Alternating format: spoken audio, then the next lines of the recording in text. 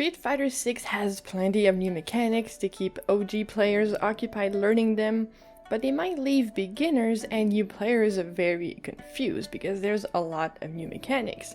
My goal with this video is to give you tips that you might not know about those mechanics that will help you get better at the game and might actually help you steal some rounds and games from your opponents. So parry is an amazing move.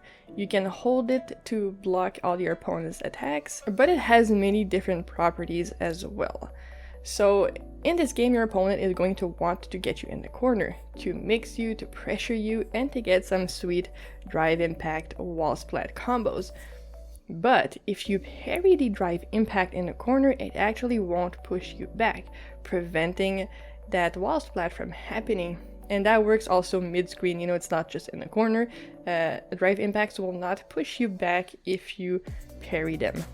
Another cool property of the parry is that it removes the mind game of having to block overhead or low, so having to block backwards or down and back, because when you block moves with a parry, it actually auto blocks everything, so you don't have to guess, you don't have to worry about it. So it's really useful against characters like Kimberly, people who will want to mix you up and slide low and do all kinds of whack stuff on block. You want to use the parry to block. And if you fight someone who likes to do a lot of cross-ups, just the same, just parry it. The only drawbacks to parry is that it leaves you vulnerable to throws, and if you don't let go of the parry button just after you block a hit or a string or a special, then your character will stay in this animation and will recover from the animation a bit longer, which will leave you vulnerable as well. So when you parry, you want to hit the parry for the string and then let go of the button right away. Your character will parry the rest of the string, but your character will recover quicker out of the animation and won't leave you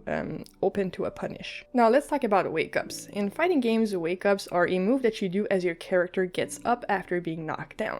In every fighting game, that particular mechanic is different. Sometimes there's only a few wake-up moves you can do, sometimes you can wake up with whatever you want, which is pretty much the case with Street Fighter 6. But what's really important to know about wake-ups in this game is that waking up with an EX move, so a special that you use meter for, it will give you armor, so you can stop an opponent from pressuring you. Let's say they knock you down and they go for another string as you're getting up. If you get up with an armored special, it'll punish them. You can also be cheeky and wake up with throws, because throws in this game eat up a lot of moves like normal attacks, drive impacts, drive rush, you name it. You can also wake up with a drive impact, because if the opponent is just pressing buttons in your face as you're getting up, the drive impact will punish them if they don't break through the armor before that. But most of the time they probably won't, because strings in this game aren't very long. They're not like 4 or 5, 6 hits, they're like 2 or 3. And you can also do the wake up special, but I don't recommend this unless you know your opponent is going to press buttons, because you can get hella punished and sometimes they can react to some of them, like especially Marissa's level 3 special is easy to react to, they can even parry it. The next thing you might want to know about is the auto combo option select.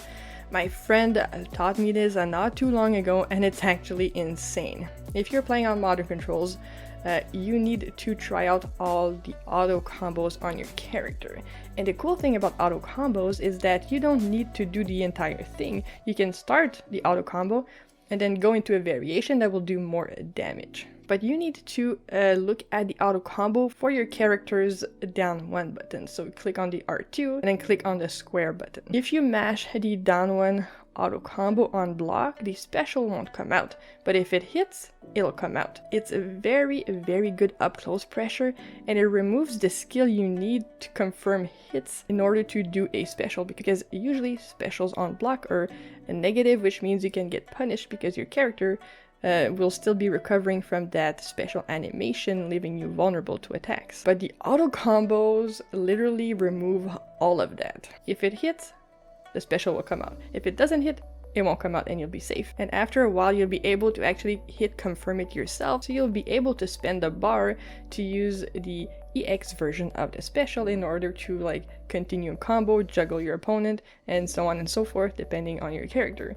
So for Marissa, I can do her back to forward 2 special, EX it to go for a juggle off of the down 1 auto combo.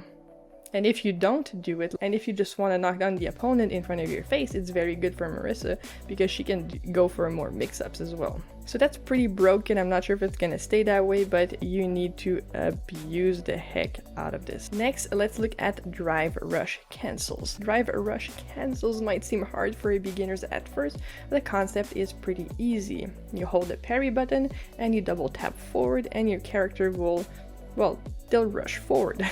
But that's only if you do it in neutral, meaning you're not pressing any buttons and you just want to advance on the opponent, or after an air juggle, like after a special. But any cancelable string that you do on your opponent, you don't need to hold the parry button and double tap forward for the drive cancel to come out.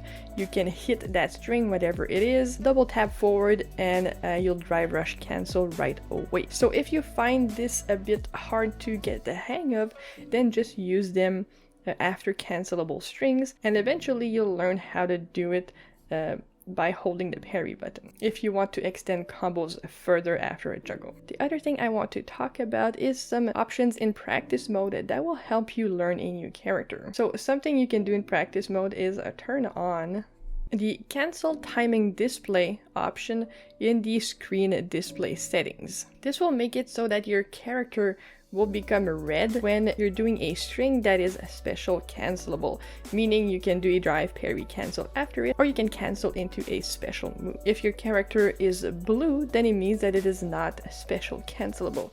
So you can find out which are the best buttons to use to punish an opponent or to start combos with. This is extremely useful, and one of my friends brought this to my attention because I had no freaking idea. I didn't really mess with the settings in practice mode at all, but it will save you a lot of time and effort when learning new characters. Now, the last thing I want to talk about are drive impacts. This mechanic is awesome, and if you play online, you'll see people are going to abuse this. Drive impacts are great to stop pressure and punish your opponent, and you can get a full combo punish off of it. If you hit an opponent that's blocking, they're going to get pushed back.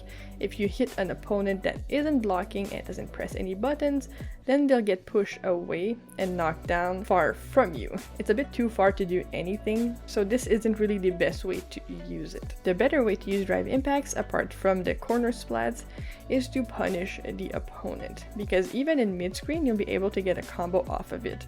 It doesn't need to do the wall splat for you to continue the combo. What it does is it puts the opponent in a crumpled state, so they'll like slowly fall down. But the only problem is you need to do the combo extremely quickly after you hit the drive impact, because if you don't, then the opponent will sort of be in an airborne state and you won't be able to do your combo. But you can also use drive impacts, like I said, on wake-ups, but after blocked strings that are unsafe, which is so stupid. Let's say you accidentally do a special on block, hit your drive impact. Most of the time you're going to catch the opponent off guard as they're going to try to punish you.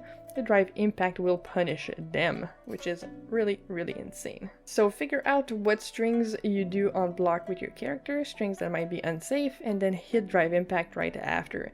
And you'll see that you'll catch so many people off guard with that trick. That's it for the beginner tips for Street Fighter 6. I really hope this helped you guys and that you learned something new. If you have other tips that I didn't cover in this video, leave them in the comments down below. And as usual, have yourself a wonderful day, and I'll see you all very soon.